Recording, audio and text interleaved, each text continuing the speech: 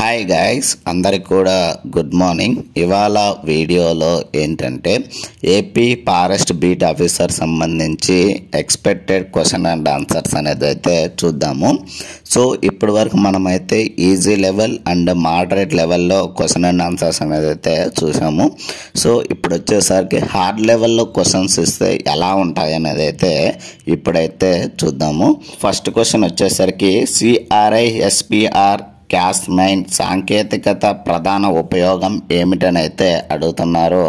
So answer వచ్చేసరికి జన్యు మార్పిడి అండి, జీన్ ఎడిటింగ్ అనేది అయితే మన ఆన్సర్ అవుతుంది. అండ్ నెక్స్ట్ సెకండ్ క్వశ్చన్ వచ్చేసరికి హిగ్స్ బోసాన్ కణాన్ని ఏ ప్రయోగశాలలో కనుగొన్నారని అయితే అడుగుతున్నారు. సో ఆన్సర్ వచ్చేసరికి CERN లార్జ్ హ్యాడ్రాన్ కొలైడర్ అనేది అయితే మన ఆన్సర్ అయితే అవుతుంది. అండ్ నెక్స్ట్ వచ్చేసరికి మూడో క్వశ్చన్ కృత్రిమ మేధస్సులో మిషన్ లెర్నింగ్ పద్ధతి ఏ సూత్రంపై ఆధారపడుతుందని అయితే అడుగుతున్నారు. డేటా నుండి స్వీయ శిక్షణ అనేది అయితే మన ఆన్సర్ అనేది అయితే అవుతుంది. సెల్ఫ్ లెర్నింగ్ ఫ్రమ్ డేటా అనేది అయితే ఇవ్వడం జరిగింది. అండ్ నెక్స్ట్ ఫోర్త్ క్వశ్చన్ వచ్చేసరికి 5G టెక్నాలజీ ఉపయోగించే ప్రధాన ఫ్రీక్వెన్సీ రేంజ్ ఏదనైతే అడుగుతున్నారు. సో ఆన్సర్ వచ్చేసరికి మిల్లీమీటర్ వేవ్స్ అండి. సో 30 Hz నుండి 300 GHz వరకు అయితే ఉంటుంది. నెక్స్ట్ ఐదో క్వశ్చన్ వచ్చేసరికి బ్లాక్ హోల్ మొదట ఫోటోగా ఎవరు పట్టుకున్నారని అయితే అడుగుతున్నారు. సో ఆన్సర్ వచ్చేసరికి ఈవెంట్ హరిజాన్ టెలిస్కోప్ అని అయితే ఇవ్వడం జరిగింది 2019వ సంవత్సరం అండి. అండ్ నెక్స్ట్ వచ్చేసరికి ఫ్యూజన్ రియాక్టర్ అండ్ ITER ప్రాజెక్ట్లో ఇంధనం ఏదనైతే అడుగుతున్నారు. సో ఆన్సర్ వచ్చేసరికి డ్యూటీరియం అండ్ ట్రీటియం అనేది అయితే మన ఆన్సర్ అనేది అయితే అవుతుంది. అండ్ నెక్స్ట్ ఏడో క్వశ్చన్ వచ్చేసరికి మైక్రోబయోమ్ అనే పదం దేనికి సంబంధించింది అని అయితే అడుగుతున్నారు. సో ఆన్సర్ వచ్చేసరికి మన శరీరంలో ఉన్న సూక్ష్మజీవ సమూహం అనేది అయితే మన ఆన్సర్ అనేది అయితే అవుతుంది. అండ్ నెక్స్ట్ ఎనిమిదో క్వశ్చన్ వచ్చేసరికి జేమ్స్ వెబ్ స్పేస్ టెలిస్కోప్ ఏ కాంతి పరిధిలో పనిచేస్తుందని అయితే అడుగుతున్నారు. సో ఆన్సర్ వచ్చేసరికి ఇన్ఫ్రారెడ్ కాంతి మీద అయితే పనిచేస్తుందండి. అండ్ నెక్స్ట్ తొమ్మిదో క్వశ్చన్ వచ్చేసరికి నానో కణాలు వైద్య రంగంలో ఉపయోగం ఏమిటని అయితే అడుగుతున్నారు. సో ఆన్సర్ వచ్చేసరికి ఔషధ రవాణా అండి, అంటే డ్రగ్ డెలివరీ. సో ఇంకోటి వచ్చేసరికి క్యాన్సర్ చికిత్స అనేది అయితే మన ఆన్సర్ అనేది అయితే అవుతుంది. అండ్ నెక్స్ట్ 10వ క్వశ్చన్ వచ్చేసరికి గ్రీన్ హైడ్రోజన్ ఉత్పత్తి ఏ ప్రక్రియ ద్వారా జరుగుతుందని అయితే అడుగుతున్నారు. సో ఆన్సర్ వచ్చేసరికి నీటి ఎలక్ట్రోలిసిస్ అండి, పునరుత్పత్తి శక్తితో అయితే పనిచేస్తుంది. అండ్ నెక్స్ట్ 11వ క్వశ్చన్ వచ్చేసరికి మానవ మెదడులో సెరిబెల్లం ప్రధాన పాత్ర ఏదనైతే అడుగుతున్నారు. సో ఆన్సర్ వచ్చేసరికి సమతుల్యత అండ్ కదలికల నియంత్రణ అనేది అయితే అవుతుంది. అండ్ నెక్స్ట్ 12వ క్వశ్చన్ వచ్చేసరికి క్లోనింగ్లో ప్రసిద్ధ డాలి గొర్రె ఏ పద్ధతిలో సృష్టించబడిందని అయితే అడుగుతున్నారు. సో ఆన్సర్ వచ్చేసరికి సోమాటిక్ సెల్ న్యూక్లియర్ ట్రాన్స్ఫర్ అనేది అయితే మన ఆన్సర్ అనేది అయితే అవుతుంది. సో ఏంటంటే ఇందులో మనం ఏంటంటే ఈజీ లెవెల్లో క్వశ్చన్ అండ్ ఆన్సర్స్ అనేది చేసాము, part 1 and part 2. And moderate లెవెల్లో పార్ట్ 1 అండ్ పార్ట్ 2 అయితే వీడియో చేయడం జరిగింది. సో ఇప్పుడు వచ్చేసరికి హార్డ్ లెవెల్లో క్వశ్చన్ అండ్ ఆన్సర్స్ ఎలా ఉంటాయి అనేది అయితే చూస్తున్నాము. సో ఇంకా ఎవరైనా కానీ ఈజీ లెవెల్లో మోడరేట్ లెవెల్లో ఆ యొక్క వీడియోస్ చూడకపోతే వీడియోస్ యొక్క లింక్ని అయితే కింద డిస్క్రిప్షన్లో ఇస్తాను, అక్కడికి వెళ్ళి అయితే చెక్ చేయండి గైస్. సో అండ్ వీడియోను ఎవరైనా కానీ కొత్తగా చూస్తున్నట్లయితే please like, share and subscribe చేసుకోవడం అయితే మర్చిపోద్దండి గైస్. ఇలాంటి మరిన్ని వీడియోస్ అండ్ మరిన్ని అప్డేట్స్ కోసం అయితే అంటే ఈజీ లెవెల్లో మోడరేట్ లెవెల్లో వచ్చినటువంటి క్వశ్చన్స్ కొన్ని అయితే మళ్ళీ ఈ యొక్క హార్డ్ లెవెల్లో కూడా రిపీట్ అవుతున్నాయి. సో నెక్స్ట్ 13వ క్వశ్చన్ వచ్చేసరికి 2024లో ఆంధ్రప్రదేశ్ ముఖ్యమంత్రి ఎవరైతే అయ్యారు అడుగుతున్నారు. సో ఆన్సర్ వచ్చేసరికి ఎన్ చంద్రబాబు నాయుడు గారు. అండ్ నెక్స్ట్ వచ్చేసరికి 2025లో భారతదేశం G20 అధ్యక్షత ఎవరు అప్పగించారని అయితే అడుగుతున్నారు. సో ఆన్సర్ వచ్చేసరికి బ్రెజిల్ అండి. అండ్ నెక్స్ట్ వచ్చేసరికి 2024 పారిస్ ఒలింపిక్స్ భారత్ ఏ విభాగంలో మొదట సువర్ణం సాధించిందని అయితే అడుగుతున్నారు. సో ఆన్సర్ వచ్చేసరికి షూటింగ్లో అండి. సో ఈ ఫస్ట్ 13 క్వశ్చన్ అండ్ 14 క్వశ్చన్ అయితే రిపీట్ అయ్యాయి. సో నెక్స్ట్ 16వ క్వశ్చన్ వచ్చేసరికి వైఎస్ఆర్ జలకళ పథకం ఏ రాష్ట్రంలో ఉందని అయితే అడుగుతున్నారు. సో ఆన్సర్ వచ్చేసరికి ఆంధ్రప్రదేశ్ అండి. 17వ క్వశ్చన్ వచ్చేసరికి భారత్ సాంకేతికత ఉపగ్రహం G-SAT 24 ఏ సంవత్సరంలో ప్రయోగించబడిందని అయితే అడుగుతున్నారు. సో ఆన్సర్ వచ్చేసరికి 2022వ సంవత్సరం అండి. అండ్ నెక్స్ట్ 18వ క్వశ్చన్ వచ్చేసరికి అమరావతి రాజధాని నిర్మాణానికి తాజాగా ప్రకటించిన నిధులు ఏ సంస్థ నుంచి వచ్చాయని అయితే అడుగుతున్నారు. సో ఆన్సర్ వచ్చేసరికి వరల్డ్ బ్యాంక్ అండి. తాజా ఆమోదం 2025 అని అయితే ఇవ్వడం జరిగింది. అండ్ నెక్స్ట్ 19వ క్వశ్చన్ వచ్చేసరికి 2025లో ప్రారంభమైన వైఎస్ఆర్ గ్రీన్ ఏపీ ప్రాజెక్ట్ ఉద్దేశం ఏమిటని అయితే అడుగుతున్నారు. సో ఆన్సర్ వచ్చేసరికి రాష్ట్రంలో భారీ స్థాయిలో వృక్షారోపణ అనేది అయితే ఇవ్వడం అయితే జరిగింది. అండ్ నెక్స్ట్ 20వ క్వశ్చన్ వచ్చేసరికి భారత్లో మొదటి గ్రీన్ హైడ్రోజన్ మిషన్ ఏ సంవత్సరంలో ప్రారంభమైందని అయితే అడుగుతున్నారు. సో ఆన్సర్ వచ్చేసరికి 2023వ సంవత్సరం అని అయితే ఇవ్వడం జరిగింది. అండ్ నెక్స్ట్ 21వ క్వశ్చన్ వచ్చేసరికి ఏపీలో పోలవరం ప్రాజెక్ట్ ఏ నది మీద ఉందని అయితే అడుగుతున్నారు. సో ఆన్సర్ వచ్చేసరికి గోదావరి నది మీద అయితే ఉన్నది.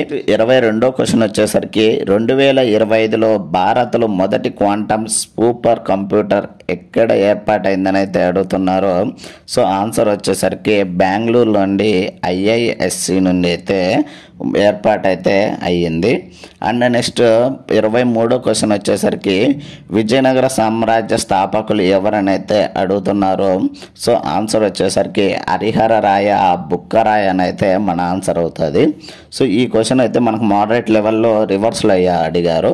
సో ఇక్కడ వచ్చేసరికి రివర్స్ ఇవ్వడం అయితే జరిగింది. అండ్ నెక్స్ట్ 24వ క్వశ్చన్ వచ్చేసరికి అల్లూరి సీతారామరాజు పోరాడిన తిరుగుబాటు ఏదని అయితే అడుగుతున్నారు. సో ఆన్సర్ వచ్చేసరికి రంపా తిరుగుబాటు అండి. 1922 నుంచి 1924వ సంవత్సరం వరకు. అండ్ నెక్స్ట్ 25వ క్వశ్చన్ వచ్చేసరికి సుబ్రహ్మణ్య భారతి ఏ ఉద్యమంతో సంబంధం కలిగిన వారనైతే అడుగుతున్నారు. సో ఆన్సర్ వచ్చేసరికి భారత స్వాతంత్ర ఉద్యమంతో అయితే సంబంధం అయితే కలిగినటువంటి వారు. అండ్ నెక్స్ట్ 26వ క్వశ్చన్ వచ్చేసరికి వందే మాతరం పత్రికను ఎవరు ప్రారంభించారని అయితే అడుగుతున్నారు. సో ఆన్సర్ వచ్చేసరికి బిపిన్ చంద్రపాల్ అయితే ప్రారంభించారండి.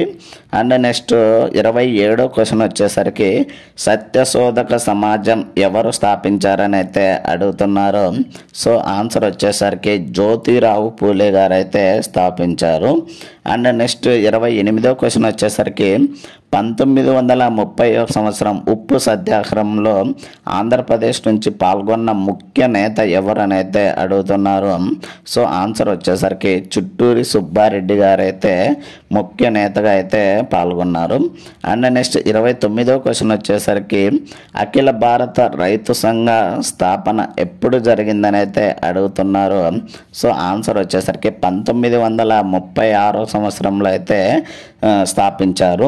అండ్ నెక్స్ట్ 30వ క్వశ్చన్ వచ్చేసరికి కుతుబ్ మినార్ను ఎవరు నిర్మించారని అయితే అడుగుతున్నారు. సో ఆన్సర్ వచ్చేసరికి కుతుబుద్దీన్ ఐబక్ అనేది అయితే మన ఆన్సర్ అవుతుంది. అండ్ నెక్స్ట్ 31వ క్వశ్చన్ వచ్చేసరికి సిపాయి తిరుగుబాటు 1857లో ఆంధ్రప్రదేశ్లో ఏ ప్రాంతంలో జరిగిందని అయితే అడుగుతున్నారు. సో ఆన్సర్ వచ్చేసరికి గుంటూరులో అయితే జరిగింది. అండ్ నెక్స్ట్ 32వ క్వశ్చన్ వచ్చేసరికి ప్రథమ వనం అనే పుస్తకం ఏ స్వాతంత్ర సమరయోధుని రచన అని అయితే అడుగుతున్నారు. సో ఆన్సర్ వచ్చేసరికి పింగళి వెంకయ్య గారైతే మనకు రచన అయితే ఉంటుంది. అండ్ నెక్స్ట్ 33వ క్వశ్చన్ వచ్చేసరికి భూకంపాలు ఎక్కువగా ఎక్కడ సంభవిస్తాయని అయితే అడుగుతున్నారు. సో ఆన్సర్ వచ్చేసరికి పసిఫిక్ రింగ్ ఆఫ్ ఫైర్ అని అయితే ఇవ్వడం జరిగింది. అండ్ నెక్స్ట్ 34వ క్వశ్చన్ వచ్చేసరికి ఆంధ్రప్రదేశ్ తీరరేఖ పొడవు ఎంత అని అయితే అడుగుతున్నారు. సో ఆన్సర్ వచ్చేసరికి 972 కిలోమీటర్ అయితే మన ఆన్సర్ అవుతుంది. అండ్ నెక్స్ట్ 35వ క్వశ్చన్ వచ్చేసరికి క్రింది నదులలో ఏపీలోకి దక్షిణ దిశగా ప్రవహించే నది ఏదనైతే అడుగుతున్నారు. సో ఆన్సర్ వచ్చేసరికి పెన్నా నది అయితే ప్రవహిస్తుంది. అండ్ నెక్స్ట్ 36వ క్వశ్చన్ వచ్చేసరికి కర్నూలులో లైమ్ స్టోన్ ఎక్కువగా దొరికేది ఏ పరిశ్రమకు ఉపయోగపడుతుందని అయితే అడుగుతున్నారు. సో ఆన్సర్ వచ్చేసరికి సిమెంట్ పరిశ్రమకు అయితే ఉపయోగపడుతుంది. అండ్ నెక్స్ట్ 37వ క్వశ్చన్ వచ్చేసరికి తూర్పు కనుమల అత్యధిక ఎత్తైన శిఖరం ఏదనైతే అడుగుతున్నారో.